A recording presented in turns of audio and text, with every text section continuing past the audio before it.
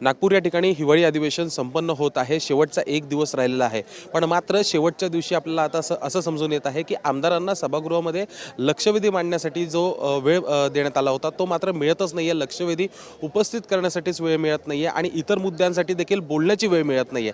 याचबद्दल बोलण्यासाठी आपल्यासोबत आमदार पाडवी जी आहेत। पाडवीजी, काय सांगाल, नेमकं सभागृहात चाललंय काय, कसं झालंय हे अधिवेशन नेमकं? आज आम्ही एक गोष्ट तर हे सांगतो की आम्ही एक आदिवासी आमदार आहे आणि एक आदिवासी क्षेत्रातून आम्ही येतो आहे। आमच्या मतदारसंघामध्ये विवेक मागण्या असत्या आणि ते मागण्या मांडण्यासाठी किंवा आमच्या भागातला विकास काम करण्यासाठी किंवा मागून घेण्यासाठी खास करून हा अधिवेशन असतो। वेगवेगळे विषयावर आपण चर्चा करण्यासाठी आपण येतो। पण मी एकूण 7 लक्षवेधी टाकल्या होत्या, पण 7 लक्षवेधींमधून एकही लागली नाही। त्याच्या कारण काय मुद्दाम लागली नाही की काय आहे हे आम्हाला मनात शंका आहे। कारण अध्यक्ष साहेबांच्या जेव्हा आम्ही लक्षवेधी देतो आहे तर अध्यक्ष साहेबांची जबाबदारी हे रिमार्क करून वरती पाठवायला पाहिजे। पण आम्ही जेव्हा लक्षवेधी दिली आमच्या पत्रावर काही रिमार्क मारले नाही, म्हणून आम्हाला डाऊट आहे की आम्हाला मुद्दाम डावडलं गेलं काय। एक मी आदिवासी आमदार आहे, आम्ही नवीन आहे, आम्हाला बोलण्याची संधी द्यायला पाहिजे, पण एकही 7 मधून एकही लक्षवेधी लागली नाही। अर्थातच जाणीवपूर्वक वेळ नाही देत आहेत की अधिवेशनाचा कालावधी हाच कमी आहे 8 दिवसांचा, म्हणून असं होत आहे। कारण की आपण सत्ताधारी आमदार आहात तरी देखील तक्रार आहे विरोधकांचं कसं मी तुम्हाला सांगतो, जे ठराविक लोक आहे ते रोज बोलताना रोज बोलतात, ते ठराविक आहे, त्यांच्या लोकसभेदी पर्सनल त्यांच्या रोज लागतात। मग आमचं काय लागत नाही हा माझा प्रश्न आहे ना, मी दुसऱ्यांचं काय बोलत नाही।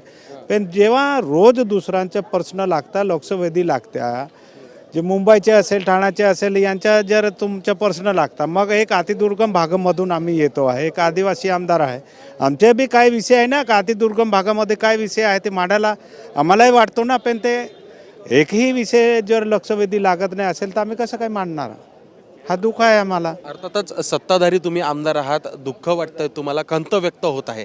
इथून पुढे आपण याच्यावर काय करणार आहात? अध्यक्षांची, सभापतींची कोणाची भेट घेणार आहात का, किंवा येणाऱ्या अर्थसंकल्प अधिवेशनामध्ये काय मोर्चेबांधणी असेल?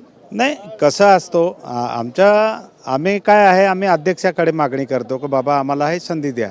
पण अध्यक्षाकडून जर आम्हाला संधीने भेटली असेल तर हा चिंताजनक बाबत आहे। आम्ही आमच्या भागात कसा विषय मांडणार, त्या भागातलं प्रश्न कसं सोडवणार, हा आम्हालाही वाटतो ना। का आमच्या भागामध्ये आम्ही लक्षवेधी लावून त्या भागातला प्रश्न आम्ही मांडून आम्ही ते प्रश्न सोडवू शकतो, पण जर मांडता झाला नाही तर आम्ही काय करू शकतो, हा दुःख आहे आम्हाला। कारण आम्ही अतिदुर्गम भागामधून आहे, ज्या क्षेत्रामधून मी आलो आहे त्या क्षेत्रामधून अजूनही 60% रस्ते नाही, वीज नाही, पाणी नाही, हा विषय आम्ही मांडतो। पण ते जर लागत नाही असेल तर हे योग्य नाही।